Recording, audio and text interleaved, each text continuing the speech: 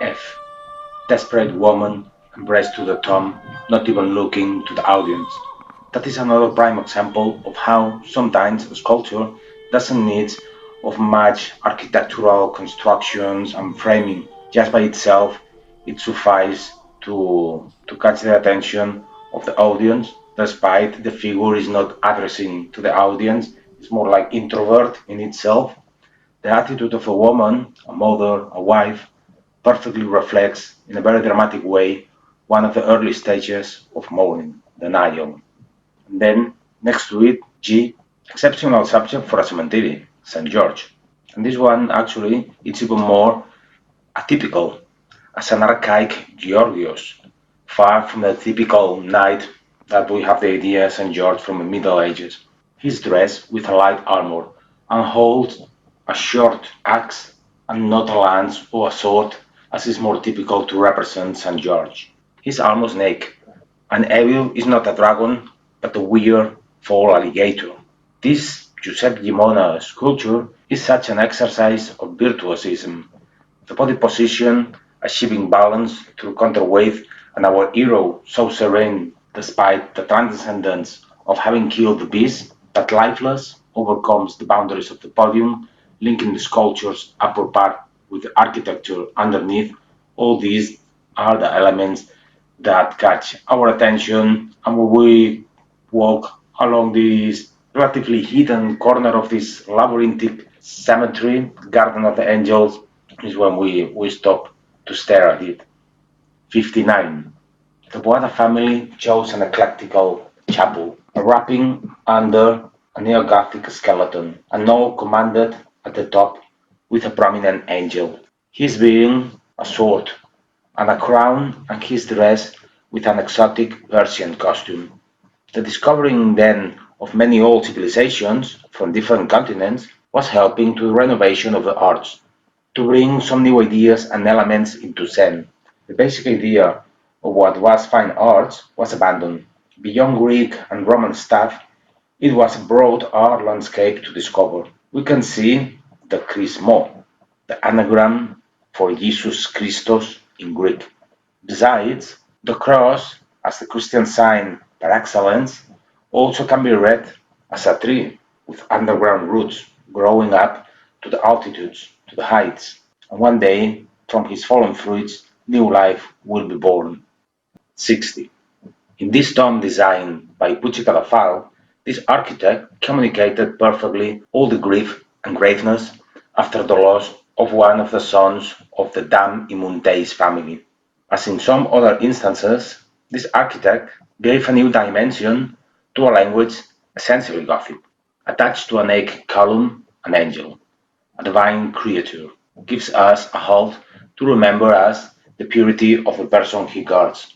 A large tombstone gives dignity to the sepulchre, with a thick decoration made up of letters from the epitaph, getting mixed with a long and waving ivy, a holy plant for the Celts. The cast iron work from this sepulchre is the protagonist and matches in grandness the biggest of the pantheons of the cemetery. Actually, Modernisme raised up the consideration of the so-called minor arts to the level of the three main fine arts, which are architecture, sculpture, and painting. Out of the columns appeared a dragon, ever-present beast in the works of the architect Pucci Calafal, almost always defeated by the hand of St. George. The cypress tree roots, which out of the earth surround the area, brings us the idea of life transformation. 61. Josep Cuyasso Gil was twice mayor of Barcelona, both at the end of the 19th century and at the beginning of the 20th century.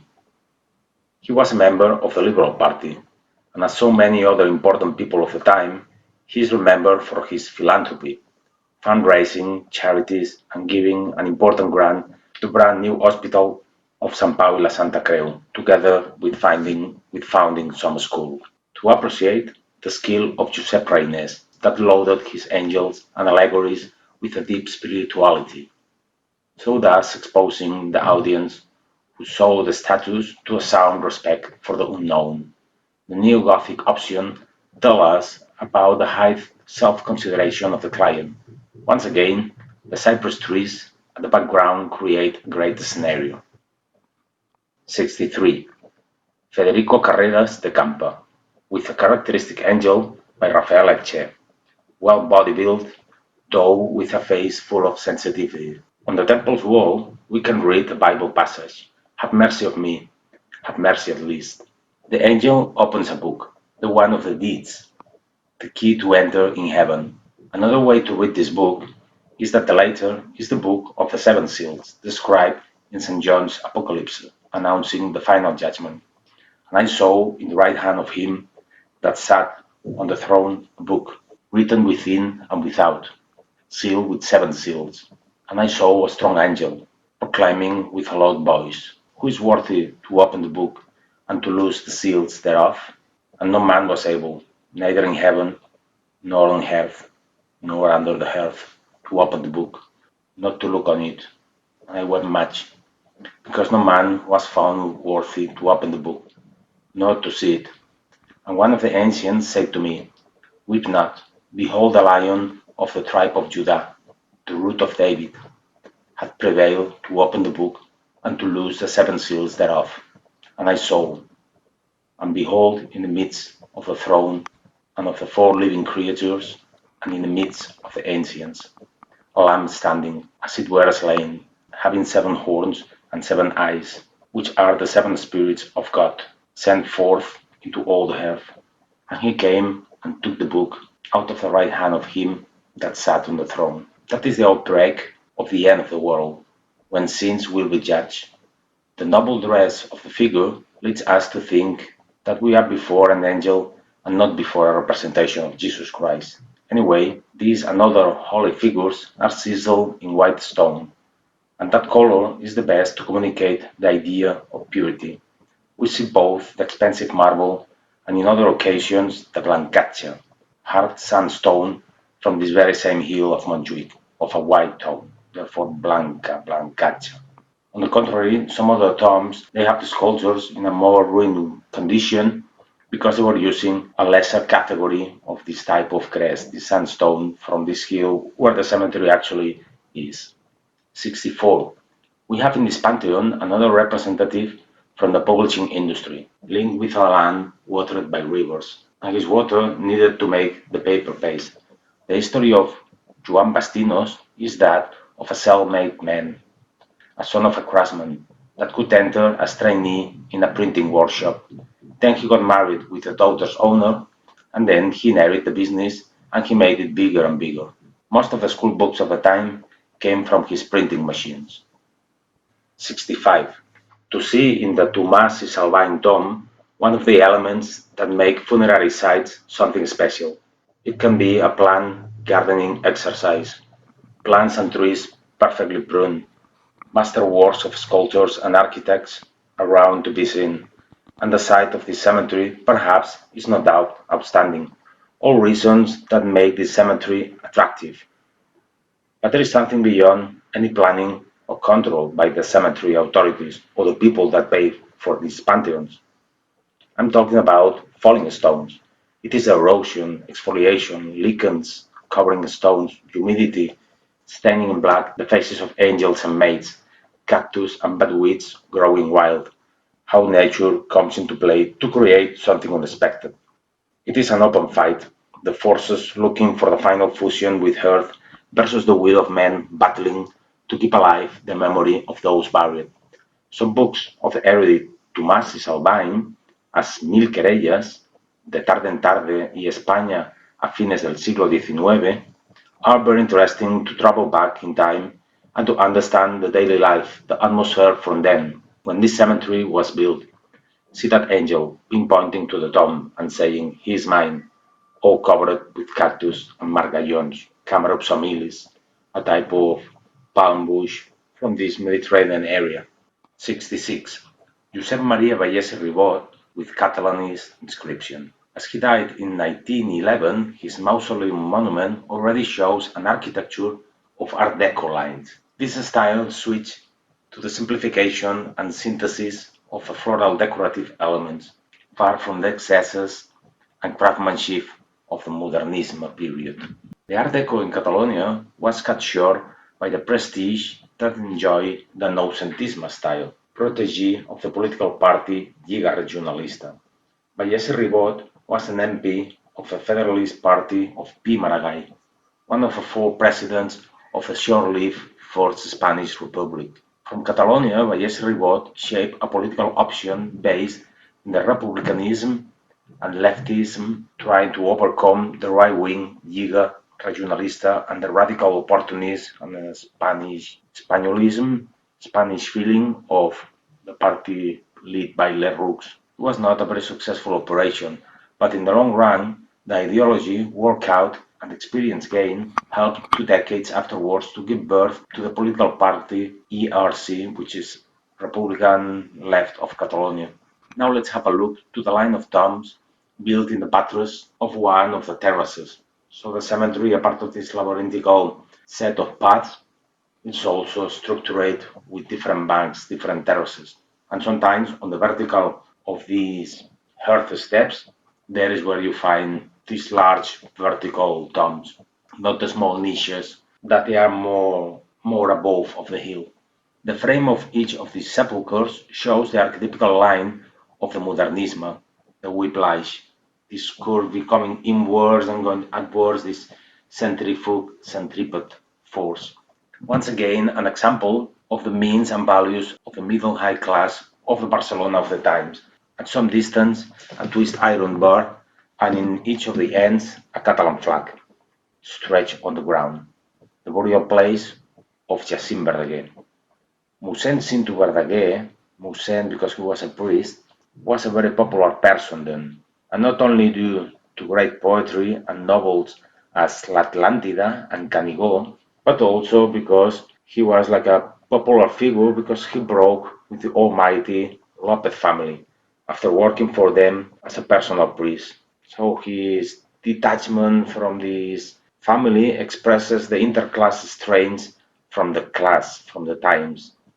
The personal conflict between Antonio López and Cinto Verdaguer is like the working class struggle that overcoming the patron's submission in the form of the paternalists starts to be organized in trade unions to demand rights using the tool of the strikes. But unfortunately, in these times, all these demands from the working class, that also there were demands for more democracy, were answered with absolute denial by this upper dominant class that didn't want to get rid of the privileges they enjoy, making it impossible to reach a decent social justice.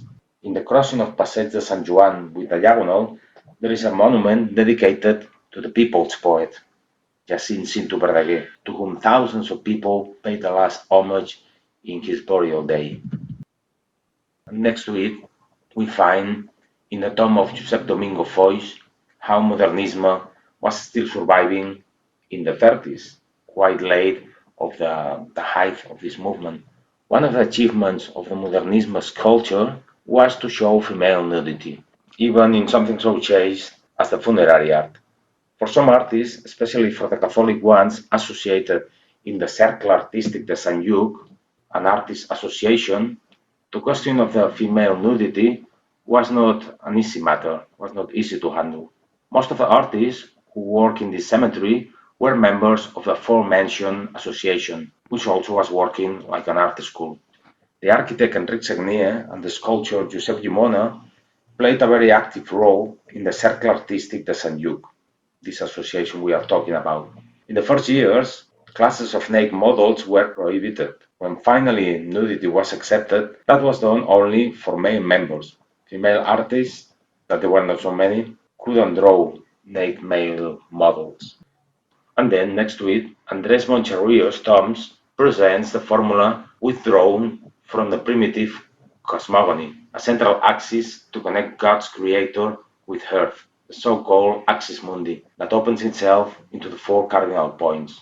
Looking to the pedestrian, as in levitation before the column, a triumphant angel as an apparition. Also quite remarkable the interaction of colors, plants, stone materials, and metallic ones. Colors are symbol carriers, and here the yellow of a bush communicates mysticism. Jaime Puigcerdà was one of those Catalans who, despite immigrating to Cuba, always had in his heart his motherland. Notice the official Catalan flag behind the piece. Therefore, and thanks to the fortune gained in America, he has to be buried in this cemetery. Maybe he developed his affection for art visiting the cemetery of La Habana. We can read: "Achecat para Albacea definado en cumplimiento de su última voluntad", built by the deceased representative fulfilling his last wish. The date of the sepulchre is 1916. Then the Modernisme was being substituted by contending Art Deco and Noucentisme. Nevertheless, the figure still bears that naturalism and spontaneity characteristic of the Modernisme vein, with a clear symbol of the everlasting sleep, the faint opium cast in iron. In the background, a torch suggests purification through the fire, an almost hidden but centered and Ouroboros, this snake that bites his end, which we already commented before. Also there, in this section of the cemetery, impressive gigantic stele dedicated to the Frenchmen and Spanish died in the Second World War. Around the stately monolith, roots come out of the earth. Plants and trees can turn into touching effects that wake up the senses of the cemetery's wanderer. Trees growing next to a tomb are the best materialization of life's regeneration. About the subject of the metamorphosis, the ancient Greeks gave us the story of Philemon and Baucis. Zeus and Hermes, just before the flood fell into the world, decided to prove humanity, to check if there was someone worthy to be saved from the destruction. They wandered dressed as beggars, looking for hospitality. Nobody welcomed them into their houses. No compassion for those unknown poor people. Only when reaching Phrygia, they were warmly welcomed in a humble house of straw. An elderly couple were living in this house. Despite the guests looked so poor, the foreigners were treated in the best way, and to them were given the best dishes, flesh and fruits of the forest. When Philemon was at the edge to kill the last remaining goose, the gods revealed up their true identity. Then the gods brought the loving couple up to the summit of the highest of the mountains, from where to contemplate the flooded world. In that summit, the gods built a palace for the couple and asked them for a wish to be fulfilled. The elderly couple asked Zeus that the moment of death would come to both at the same time. Neither one nor the other wanted to cry the death of his partner. Fulfill the wish at the moment of death, then Zeus turned the corpses into an oak and into a tile tree. Thus they live one next to each other without interruption, regenerated thanks to the seeds, one giving shelter to the other. A popular Andalusian verse also expresses the same idea of a body turning into a plant. Sin querer pisé una flor que en tu sepultura estaba, de tu cuerpo salió un ay, que se me clavó en el alma. Unaware, I stepped into a flower from your sepulchre, and your body uttered an ay, like an arrow went into my soul.